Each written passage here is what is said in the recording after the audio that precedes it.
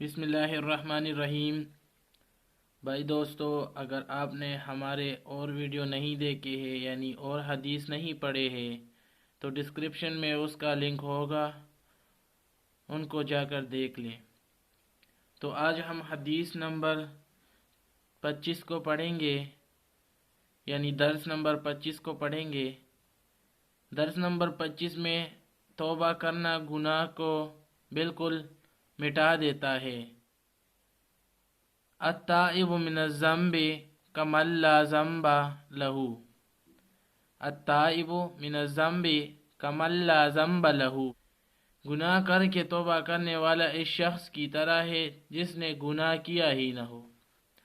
گناہ کر کے توبہ کرنے والا اس شخص کی طرح ہے جس نے گناہ کیا ہی نہیں ہو۔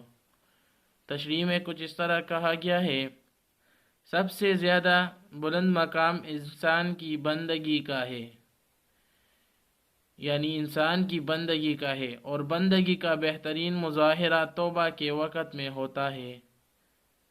اور بندگی اس کا وہ مظاہرہ ہوتا ہے وہ توبہ کے وقت ہوتا ہے کہ توبہ و استغفار کے وقت بندہ انتہائی ندامت احساس کی حالت میں ہوتا ہے،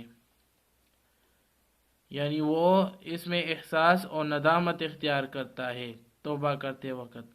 بندے کی یہ صفت اللہ کو بہت پسند ہے، اور یہی صفت اللہ کو بہت پسند ہے۔ اس حالت کو دیکھ کر اللہ تعالیٰ فرماتے ہیں: میں نے تیرے سب گناہ معاف کر دیے۔ ملا علی قاری رحمۃ اللہ علیہ فرماتے ہیں کہ جب بندہ توبہ کے ذریعے اپنے رب کی طرف رجوع کرتا ہے، اول یہ کہ اس کے گناہوں کو بالکل مٹا دیا جاتا ہے۔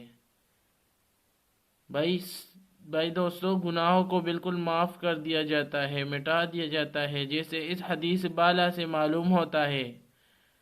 یعنی یہ جو ہم نے حدیث نمبر 25 پڑھا ہے اس میں معلوم ہوا ہے دوم یہ کہ اس کو ثواب ملتا ہے مگر گناہ نہیں مٹایا جاتا۔ دوم یہ بھی ہو سکتا ہے کہ صرف ثواب ملتا ہے اور گناہ نہیں مٹائے جاتے، مگر توبہ تو ہر دو حال میں فائدہ دیتی ہے، اور توبہ دونوں ہی حال میں بہت فائدہ دیتی ہے۔ بھائی دوستو، اگر آپ نے ہمارے چینل کو سبسکرائب نہیں کیا ہے تو سبسکرائب کر لیں اور بیل آئیکن کو آل پہ کر دیں تاکہ ہماری ویڈیو آپ تک پہلے پہنچ سکے، اور اس ویڈیو کو شیئر بھی کر دیں کیونکہ آپ کو اس کا بہت اجر ملنے والا ہے۔ تو بڑھتے حدیث نمبر 26 کی طرف۔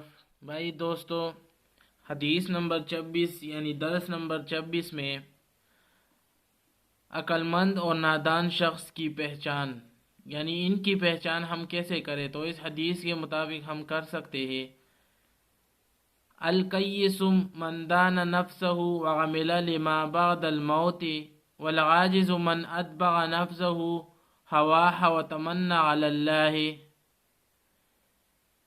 ایک اور مرتبہ پڑھتا ہوں: الکیس من دان نفسہ وعمل لما بعد الموت والعاجز من اتبع نفسہ ہواہ وتمنى علی اللہ۔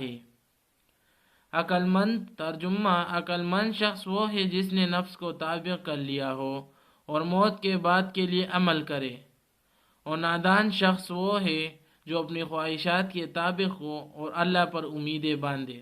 اس کی تشریح تو بہت ہے لیکن کچھ حصہ پڑھ لیتے ہیں۔ من دان نفسہ، یعنی یہ حدیث میں الکیس من دان نفسہ، یہ من دان نفسہ اس سے مراد محاسبہ ہے۔ اب مطلب یہ ہوا کہ عقل مند وہ ہے جو اپنی زندگی میں اپنے قول و فعل یعنی اپنی باتوں اور کاموں کا محاسبہ کرتا رہے، پر اگر نیکیوں کا غلبہ معلوم ہو تو شکر ادا کرے، اگر برائیوں کا غلبہ ہو تو توبہ کرے اور استغفار کرے۔ اسی وجہ سے ایک دوسری روایت میں آتا ہے: حاسبوا انفسکم قبل ان تحاسبوا، اپنے نفس کا محاسبہ کرو قبل اس کے، یعنی پہلے اس کے کہ تمہارا حساب لیا جائے۔ تو بھائی دوستو، لائک اور سبسکرائب ضرور کرنا، شیئر بھی کر دینا۔ آپ کو بہت اجر ملنے والا ہے اس کی وجہ سے۔ تو اللہ تعالی ہمیں ان دونوں حدیث پر عمل کرنے کی توفیق عطا فرمائے۔ کمنٹ میں آمین ضرور بول لیں۔